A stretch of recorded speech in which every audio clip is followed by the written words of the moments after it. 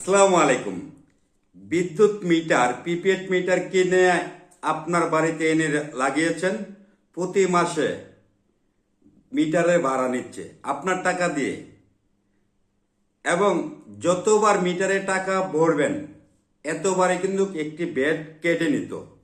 এখন নতুন করে বিদ্যুৎ মন্ত্রী ঘোষণা দিয়েছেন যে ভ্যাটটা কেটে নিত, মিটারে ভাড়াও নিত, এবং যত টাকা ভরবেন সেই টাকা ভরার পরিমাণ অনুযায়ী আবার একটা ভ্যাটও কেটে নিত।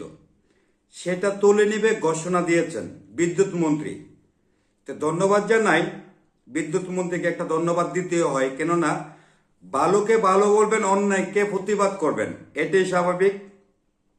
তো বিশেষ করে আমাদের বাংলাদেশি যে নাগরিক যারা আমরা আছি, দীর্ঘদিনের আশা এবং চাহিদা এবং আবেদন ছিল প্রতি মাসে কেন ভ্যাট কেটে নিচ্ছে। আপনি 500 টাকা বললে এটা থেকে একটা ভ্যাট কেটে নিত। এর পরবর্তীতে আপনি যে মিটারটা ব্যবহার করছেন আপনার নিজের টাকাতে কিনে এনে, এই মিটারে কিন্তু 185 টাকা কেটে নিত প্রতি মাসে। তো এই দিক দিয়ে ভ্যাট, এদিক দিয়ে মিটারের চার্জ। তো অনেকেই কিন্তু এরকম একটি আবেদন করেছিল, আমার টাকা দিয়ে আমি মিটার কিনে আনছি, আবার প্রতি মাসে মিটারের ভাড়া নিচ্ছে আমার কাছ থেকে। আবার বিদ্যুৎ যে ব্যবহার করছেন এটার টাকা তো কেটে নিবে, বিদ্যুৎ ব্যবহার করলে আপনার টাকা কেটে নিবে। এরপরে ওদের টাকা যে ঢুকাইছেন এখান থেকে একটা ভ্যাট কেটে নিত। এটা নতুন করে বিদ্যুৎ মন্ত্রী ঘোষণা দিয়েছে, এই ভ্যাট এবং এগুলো তুলে নেবে। এই যে দীর্ঘদিনের মানুষের চাওয়া পাওয়া ছিল, আবেদন ছিল, বিভিন্ন নিউজ পত্রিকায় এসেছে, মানুষের জনগণ আবেদন করেছেন বিগত সরকারের আমলে কেন মিটারের ভাড়া নিচ্ছে আমার টাকাতে মিটারে এনে, আবার টাকা ঢোকালে ভ্যাট কেন নিচ্ছে। এটা কিন্তু বিদ্যুৎ মন্ত্রী এখন বিভিন্ন চ্যানেলে বিভিন্ন সম্মেলনে বলেছেন, এটা তুলে নেবে। অসংখ্য ধন্যবাদ জানাই। এই যে প্রিপেড মিটারগুলোর মধ্যে এত পরিমাণ টাকা, প্রচুর পরিমাণ টাকা কেটে নেয়,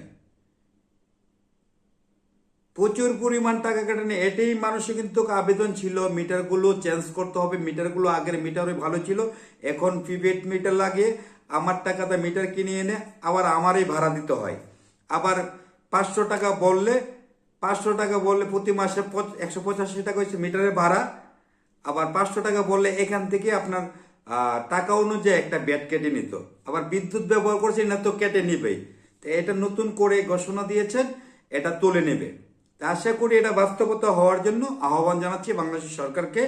আমরা জনগণের উপরে এরকম ট্যাক্স ভ্যাট এগুলো থেকে বিরত থাকার জন্য বর্তমান সরকারকে আহ্বান জানাচ্ছি, এবং বিদ্যুৎ মন্ত্রী যে ডিসিশনটা নিয়েছেন আমাদের জনগণের জন্য অসংখ্য ধন্যবাদ জানাই। এটা বাস্তবতা করার জন্য, দ্রুত বাস্তবতা করার জন্য আবেদন জানাচ্ছি। যে এই যেই ক্ষমতায় যখন বসবে দেশের জনগণের জন্য কাজ করবে। বিগত সরকারের আমল থেকে আজ বাংলাদেশের নাগরিকরা আবেদন জানিয়ে যাচ্ছে কেন মিটারের ভাড়া নিচ্ছে, কেন আবার প্রতি মাসে ভ্যাট কেটে নিচ্ছে, টাকা ঢোকালে ভ্যাট কেটে নেয়, রিচার্জ যখন করবেন তখন আবার বিদ্যুৎ ব্যবহার করছে। এখানে কিন্তু বিদ্যুৎ ব্যবহারের একটা টাকা, আবার এখানে 500 টাকা ঢোকেছেন, এখান থেকে একটা ভ্যাট কেটে নিবে, আবার প্রতি মাসে একটা মিটার চার্জ কেটে নিবে, প্রতি মাসে 185 টাকা কেটে নেয়। তো এই যে মানুষকে ক্ষমতায় বসে বিগত সরকার মানুষের জনগণের ঘাড়ের উপরে যে ভ্যাট ট্যাক্স এগুলো চাপিয়ে দিয়েছিল বিগত সরকারের আমলে, এই বাংলাদেশের জনগণ কিন্তু এটাই আবেদন করেছিল, কেন আমাদের উপরে এতগুলো ভ্যাট ট্যাক্স বিদ্যুতের উপরে চাপিয়ে দিল। এটা নিয়ে কিন্তু শত মিডিয়া, লাখ দর্শক এবং সারা বাংলাদেশের মধ্যে এই আবেদন করেছিল, এগুলো যেন উঠিয়ে নেয়। এখন বর্তমানে সরকার, বিদ্যুৎ মন্ত্রী সাহেব এখন ঘোষণা করেছেন এটা তুলে নেবে। ধন্যবাদ জানাই, এবং কথার সাথে বাস্তবতাটা আমরা দেখতে চাই। তুলে নেবে বলেছেন, তুলে নেওয়ার জন্য আহ্বান জানাচ্ছি দ্রুত অবস্থায়। এই যে জনগণের উপরে ক্ষমতা বসে যদি কেউ ব্যাড ট্যাক্স বসিয়ে দেয়, তাহলে তারও কিন্তু বেশি দিন ক্ষমতা বেশি দূরত্ব থাকবে না।